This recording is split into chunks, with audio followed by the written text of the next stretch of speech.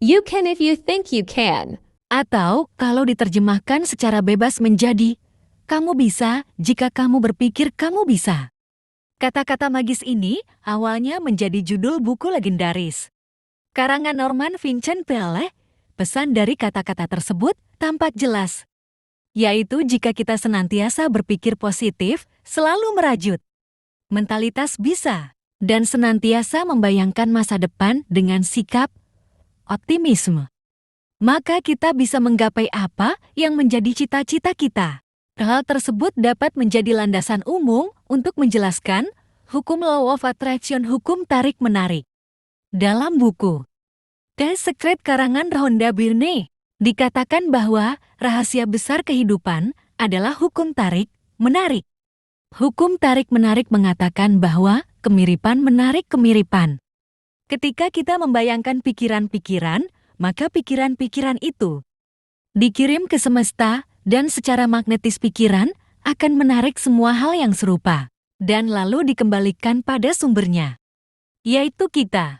Dengan kata lain, jika kita selalu membayangkan pikiran yang negatif, kecewa, gagal, marah, selalu menyalahkan orang lain, frustasi, ragu, merasa selalu kekurangan, maka gelombang pikiran itu akan memantul ke semesta, menarik pikiran-pikiran negatif yang serupa, dan lalu mengirim balik dengan kekuatan penuh kepada sumbernya, yaitu kita sendiri. Perlahan namun pasti, pikiran semacam ini akan membawa kita dalam lorong gelap tak berujung.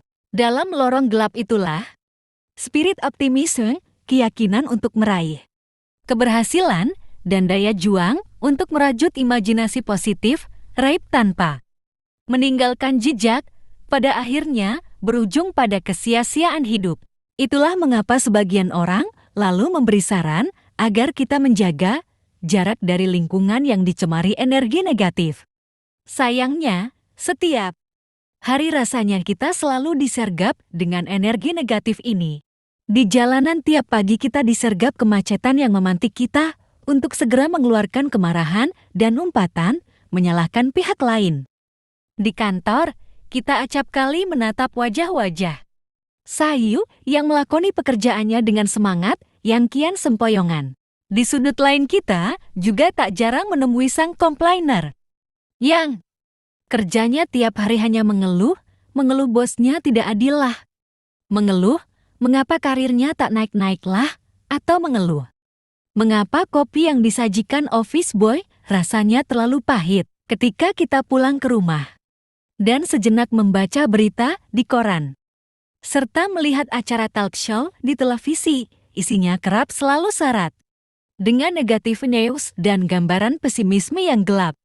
Pengamat yang satu mengkritik ini, pengamat yang lain menyalahkan itu. Pengamat yang lainnya lagi memberikan gambaran masa depan, bangsa yang seolah-olah akan jatuh dalam kegelapan abadi.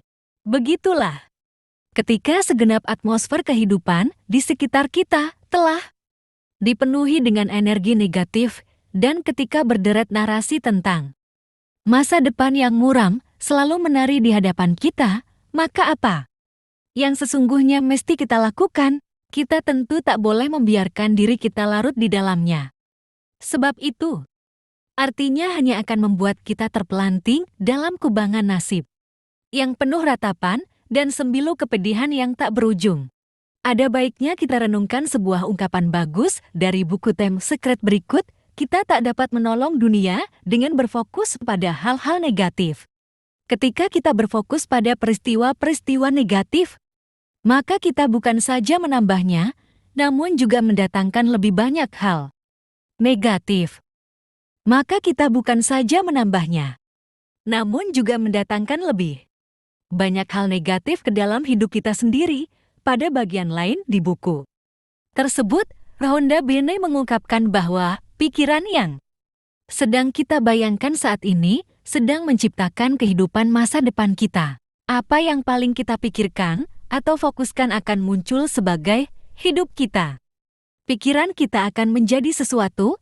Nah, oleh karena itu, sekali lagi harus kita tekankan dalam diri kita bahwa apa yang kita pikirkan akan menarik pikiran-pikiran yang serupa, dan kemudian memantulkannya kembali pada kita. Sebaliknya, jika pikiran kita dipenuhi dengan visualisasi yang syarat, dengan energi positif tentang semangat hidup, tentang keyakinan untuk merengkuh sejumput keberhasilan, tentang kelimpah ruahan, tentang kegairahan optimisme yang meluap, tentang ucapan syukur yang tak pernah berhenti mengalir, maka jejak kehidupan pasti akan membawa kita lebur dalam nirvana kebahagiaan yang hakiki.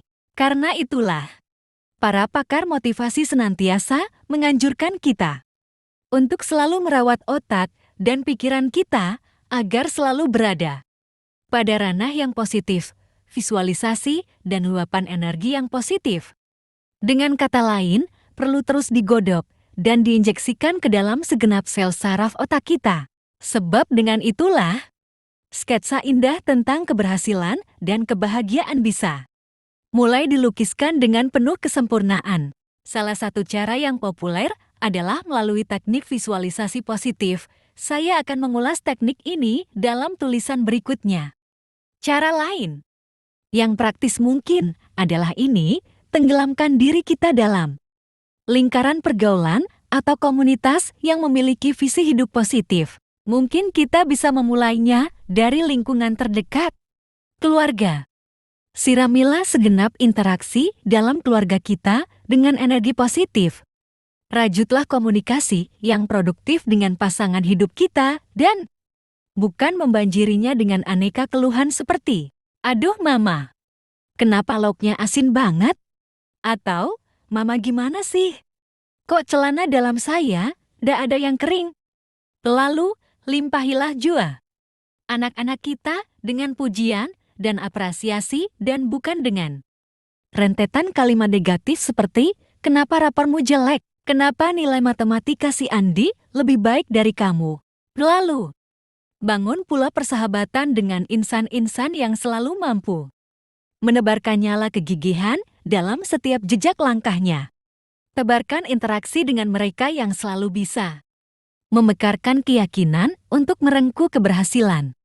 Dan bukan dengan pribadi yang hanya bisa meletupkan energi negatif dan bentangkan sayap pergaulan kita dengan mereka yang selalu melihat masalah sebagai sebuah tantangan yang pasti bisa dituntaskan dan tidak dengan orang-orang yang hanya menabur, komplain, saling menyalahkan dan mengeluarkan sembilu keluhan tanpa ujung. Pada sisi lain, mungkin ada baiknya juga jika kita melimpahi hidup dengan bacaan dan pengetahuan yang inspiratif, menyegarkan serta mampu membawa pencerahan. Bacaan itu bisa kita gali dari buku, majalah, atau blog-blog bermutu.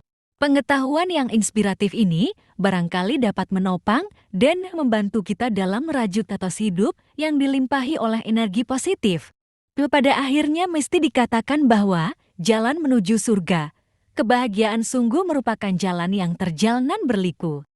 Namun selalu hadapilah jalan yang panjang itu dengan sikap hidup positif, dengan spirit optimism, dengan keyakinan yang menggumpal, dan dengan limpahan rasa syukur yang mengalir tanpa henti. Juga dengan lantunan doa yang khusyuk tanpa henti pada Sang Ilahi. Percayalah, 1000 malaikat pasti akan selalu mendengar doa yang kita bisikan siang dan malam itu.